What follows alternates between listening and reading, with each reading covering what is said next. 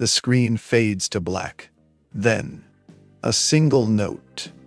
The unforgettable John Williams score swells, and suddenly a streak of light cuts across the sky.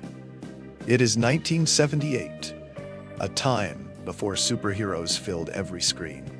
A time when one film promised the impossible, that a man could fly, and when Christopher Reeve soared into the heavens, audiences believed. But Superman was more than a movie. It was a gathering of legends, actors who defined an era. Some became household names, slipped quietly into the shadows, and some met fates darker than the stories they acted out. Tonight, nearly half a century later, we honor them.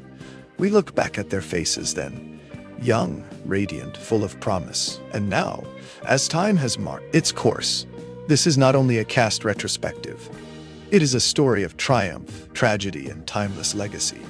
And so we begin where the legend itself took flight, with the man in the cape, Christopher Reeve. Christopher Reeve was born September 25, 1952, only 26 when he first donned the cape. A Juilliard-trained actor, tall, graceful, with piercing blue eyes, he seemed destined for the role. Audiences believed in heroes again because of him. His Superman balanced strength with humility. His Clark Kent, awkward charm with gentle humor. He became the standard by which all future heroes would be measured. Outside the cape, Reeve's talent was vast. He captivated in Somewhere in Time and showed range in The Remains of the Day. But in 1995, tragedy struck. A riding accident left him paralyzed. Many thought his story had ended. Instead, Reeve redefined courage. He fought for spinal cord research, speaking with power, though his body was still. His quiet strength still echoes decades later. In 2004, at just 52, he passed. The cape was lowered, and Lois Lane carried the next light. Margot Kidder, Lois Lane. Margot Kidder, born October 17, 1948, was 29 when she became Lois Lane. Fearless, quick-witted, and full of spark, her Lois was no damsel in distress. She was a partner, an equal to Superman. Before Superman, Kidder had already built a career. She starred in Brian De Palma's Sisters and haunted audiences in Black Christmas.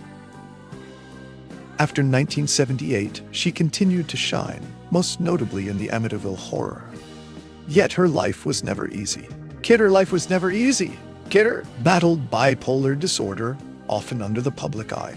But she was unafraid to speak openly, breaking barriers and giving hope to others who struggled. Later, she turned her energy to activism, championing mental health and environmental causes. In 2018, Margot Kidder passed at 69. Her laugh, her fire, and her fearless Lois remain eternal. And for every great hero and heroine, there must be a villain, a brilliant, bald menace. Gene Hackman, Lex Luthor, born January 30th, 1930. Gene Hackman was already a force of cinema when he took on Lex Luthor.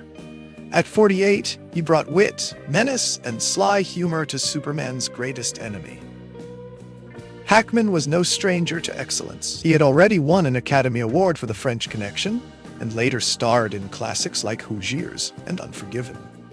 He could play heroes, villains, or the complex figures in between.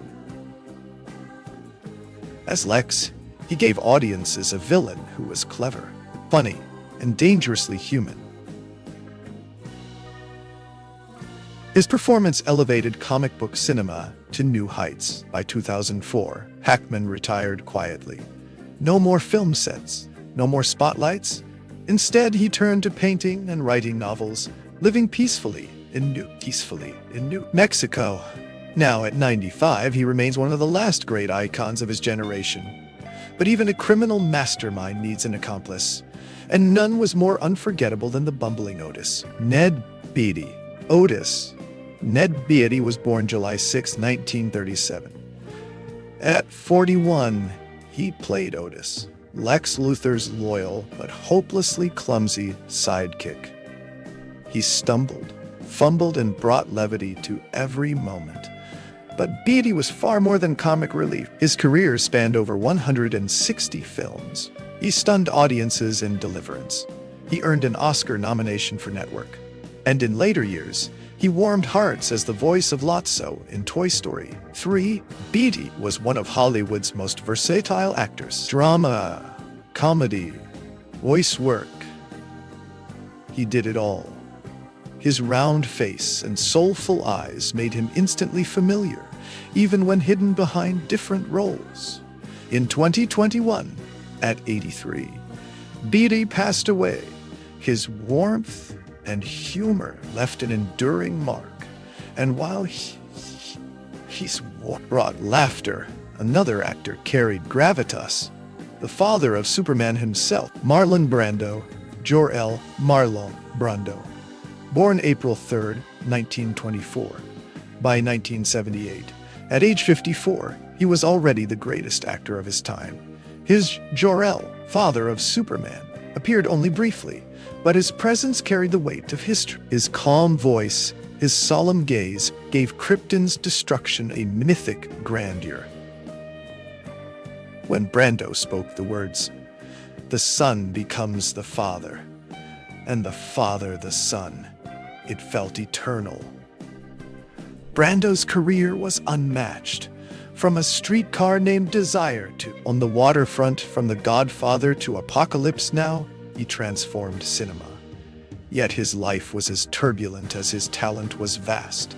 In 2004, at 80, Brando passed away. His final years were quieter, but his legacy towers above generations. And while he gave Superman a father, another Hollywood veteran gave the hero a gruff, cigar-chewing editor. Jackie Cooper, Perry White. Jackie Cooper was born September 15, 1922. At just 9 years old, he became the youngest Academy Award nominee in history.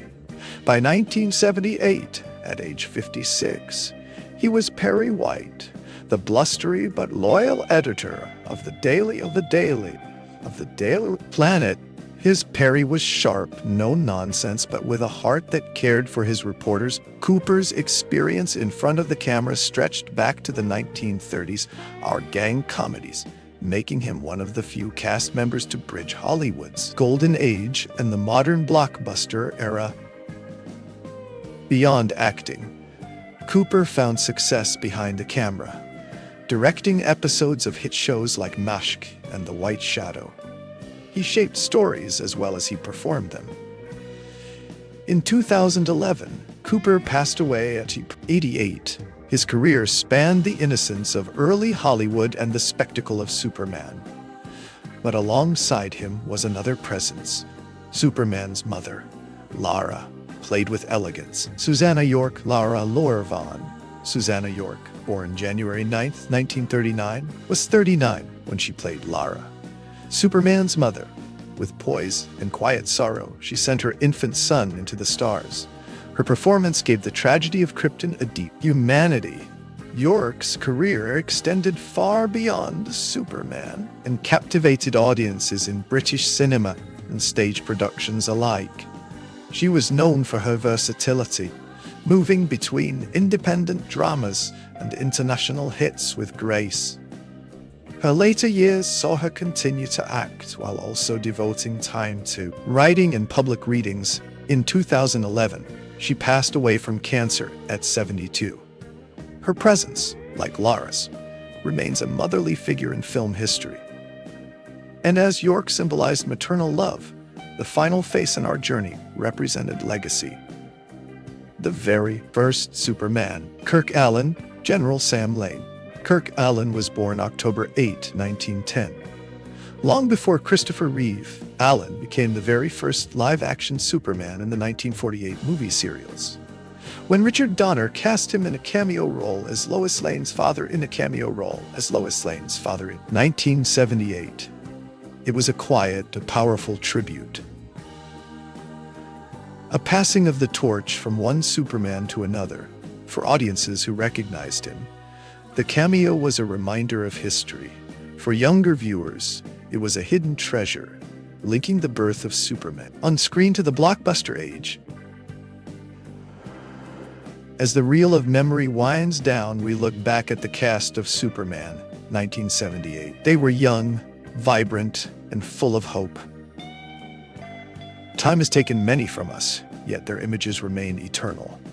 Christopher Reeve's courage, Margot Kidder's fire, Gene Hackman's wit, Brando's gravitas, Jackie Cooper's legacy, Grace, Ned Beatty's humor, Kirk Ellen's history. Together, they made us believe. Their fates remind us of life's fragility. Their performances remind us of its beauty. If you remember watching Superman in theaters or on VHS, share all your memories below and join us next time as we revisit another cast of legends whose stories still soar beyond time.